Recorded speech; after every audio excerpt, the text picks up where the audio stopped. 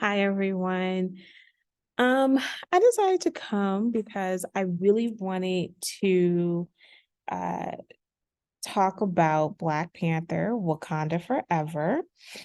And I wanted to give my thoughts because there are some things that I didn't really get to be able to share on my podcast with my fellow podcasters. If you did happen to see the Nerdorama podcast yesterday, which was November 11th, it was a little feisty. And I can get into that too. So let's first start off with my first reaction was I felt that even though this is the longest movie, besides I think the longest was Avengers Endgame. And this is the next longest, if I'm not mistaken. Avengers Endgame may be. I mean, these are the two movies that are competing against each other for length time. It was, I thought that it went by as quickly as it possibly could. I didn't feel that anything dragged for me. I thought it was extremely focused on what they were trying to display. There was a comment about how we were supposed to be following the story of the new character Neymar. I can see that. I can see where people gravitated towards that. I didn't feel that way. I thought that this was a story much more about Wakanda being, and Shuri's evolution of what does this mean to be uh, what does it mean to be holden to technology and technology failing you, and realizing that there's something else than just having really great tech, that there is the folklore, there is the family, there is the hope, there is being in the moment, and there is the need for heroes, right? Combined with technology. And that's something that she learned and evolved from through this film. I'm not a big I know that there are times where Shuri did pick up the mantle as Black Panther. She doesn't hold it, she doesn't keep it. I'm not a big fan that she gathered it, but I will say that I think that her suit, I mean, I firmly was the one who believed that Michael B. Jordan was going to return for at one point, because I just felt that there was going to be no Black Panther movie without Michael B. Jordan and Chadwick Boseman. I thought that was a huge ask. I thought it was a huge ask considering the circumstances, and the circumstances being that Chadwick Boseman is no one expected him to die, and I think that there would have been no space for Michael B. Jordan if Chadwick Boseman was to have been alive. But to have your two major players who are two megastars at the time, or rising megastars, and to have neither of them in here, I thought that was a huge ask. And so, and then also the history that Michael B. Jordan has with the director of Ryan Coogler, he has been in every single one of his films. So to not have him show up at all, I thought would have been another ask. So and then I also thought that they, Marvel does a really good job at having some surprise turns, and they showed so much information, so many trailers of Wakanda Forever that I could not fathom that they would not have something else coming up, that they wouldn't have a nice little fill in for somebody else. And or a surprise or something. And so when Michael B. Jordan showed up, I was like, when Shuri went into after Shuri took the herb and she was in the plane, and when she thought she was going to meet her mother and she turned around and it was Michael B. Jordan, I slapped my husband. He was asleep.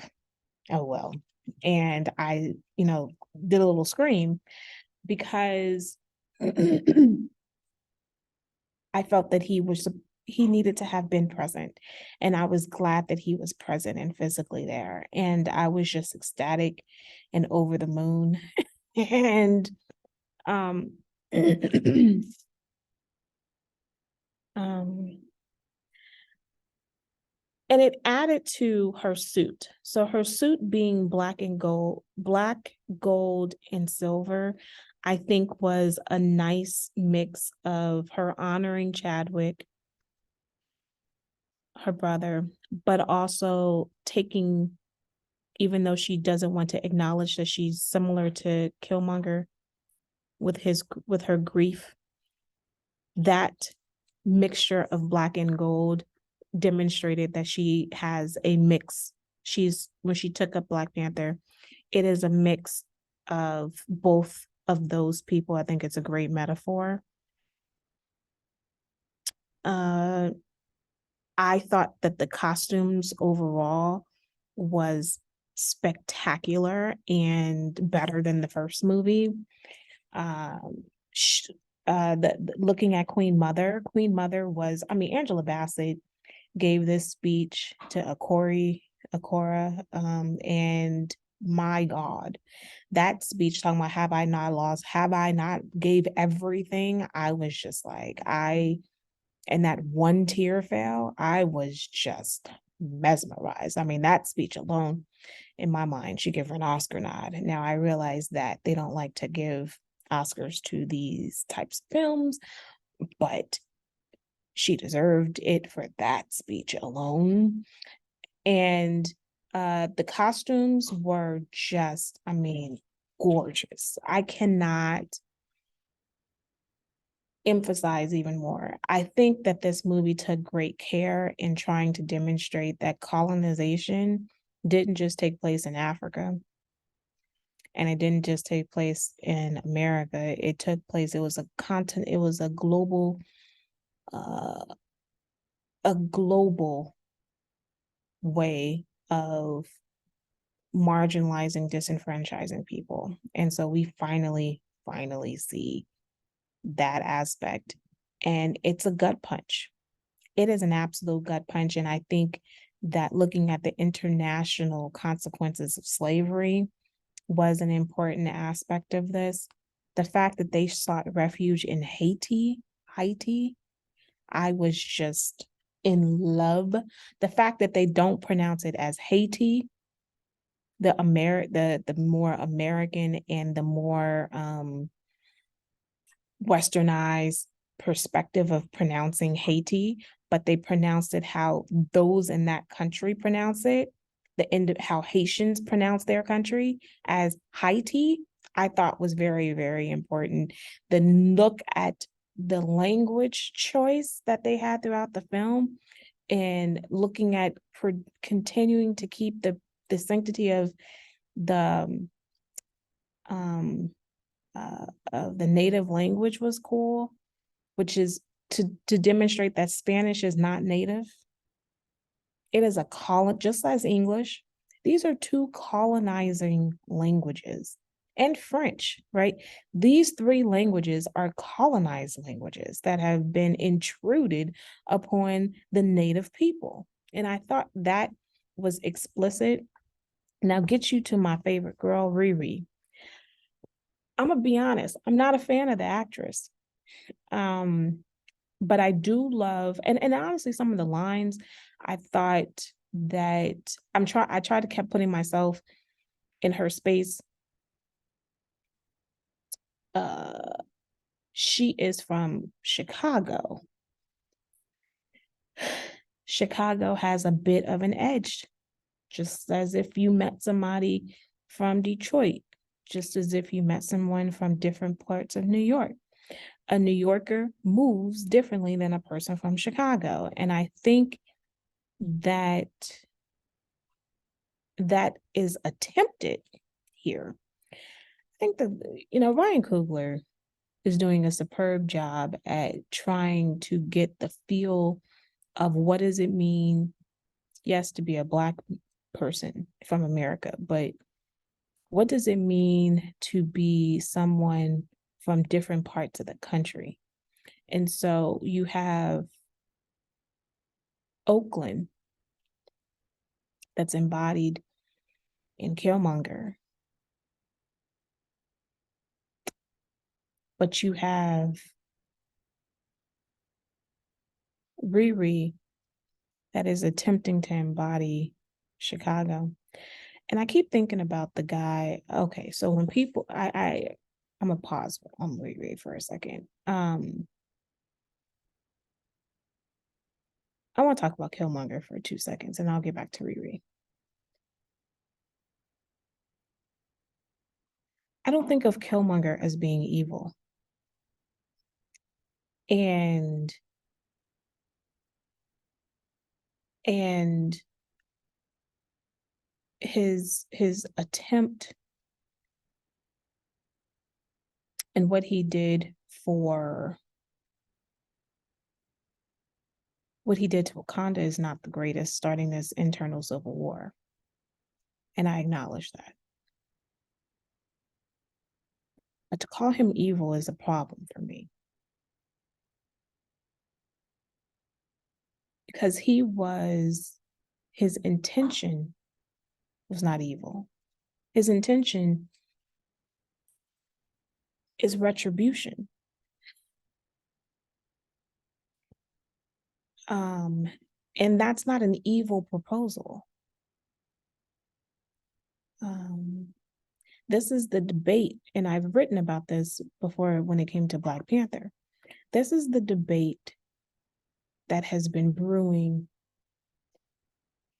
with major political leaders consistently, with major Black political leaders, internal conversation. What do we do now that we're in this country? Is this retribution? A Nat Turner? Mm. Is this, or a Malcolm X? Or do we attempt to find a medium, a respectable medium to coexist? Malcolm X. Martin Luther King. Frederick Douglass. Booker T. Washington.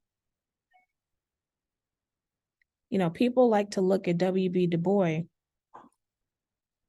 as someone who's thinking of compromise. W.B. Du Bois eventually evolved to be like, look, this is not the spot. And this is not the spot. We need to go home. Marcus Garvey. So I get that people want to make Killmonger evil, but I don't see him as an evil character. I see him as a person who is sick and tired of being marginalized, dejected, dehumanized,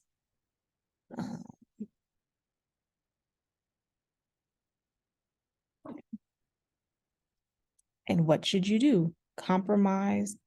This is a John Brown argument. How do you compromise with someone who doesn't view you as a person? John Brown said you can't compromise with these folks.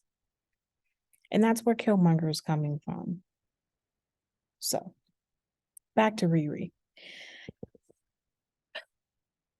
Riri, there's a throwaway line that Riri says that she's out and about and she's conquering, she's flying around the world. She says that she has a YouTube channel that demonstrates how she can fly. Well, her whole MO is that she goes and she stops internal violence that's taking place in Chicago because, she has a father that she thinks who has died from gang violence. A stray bullet. I don't know if they're going to keep that in, if they're going to keep with that same idea. I know that that's something that is mentioned. And I know that is something that is mentioned. That is something that is mentioned in her. Ironheart has 2 story arcs. They've rebooted her story. Her first story is that's what happened to her father. Her second story, they don't mention the father.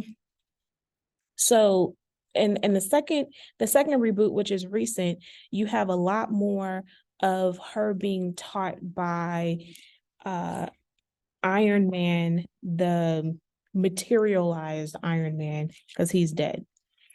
But in Ironheart, the first one, he's not very present. He's kind of he's there, but he's not as influential to her knowledge. And I really don't necessarily like the second one because it really does take away from Ironheart's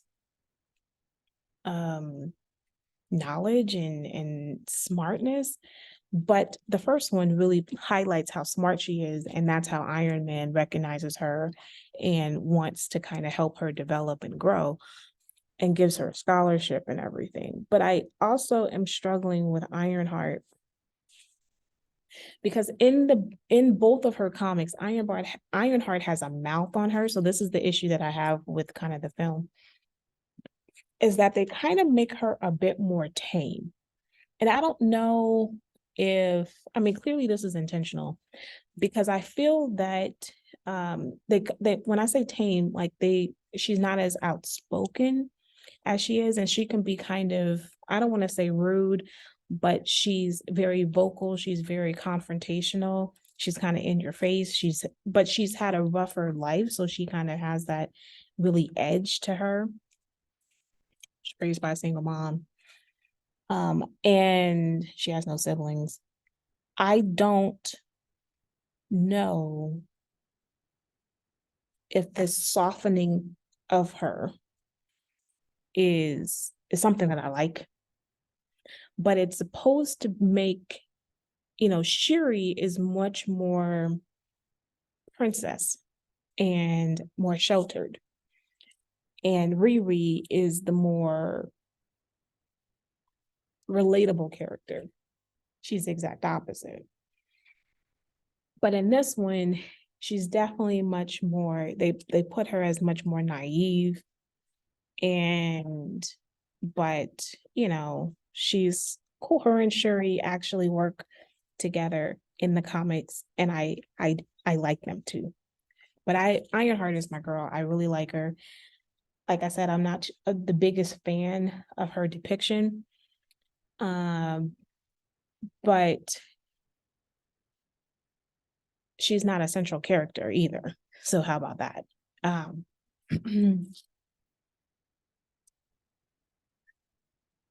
I like where this movie's going to go. I think that in the next film, it is going to, first of all, it's going to continue from T'Challa Jr., Prince T'Challa. I love that they named him T'Challa, number one.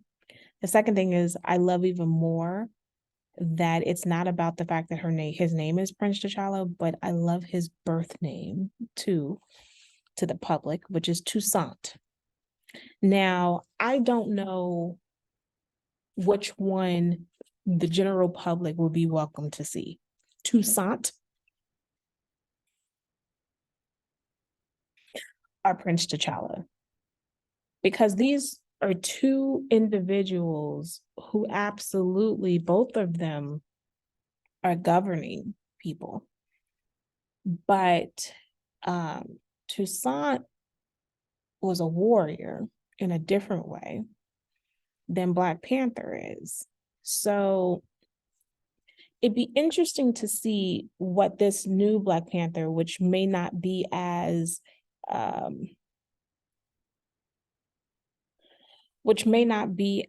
accommodating as his father was.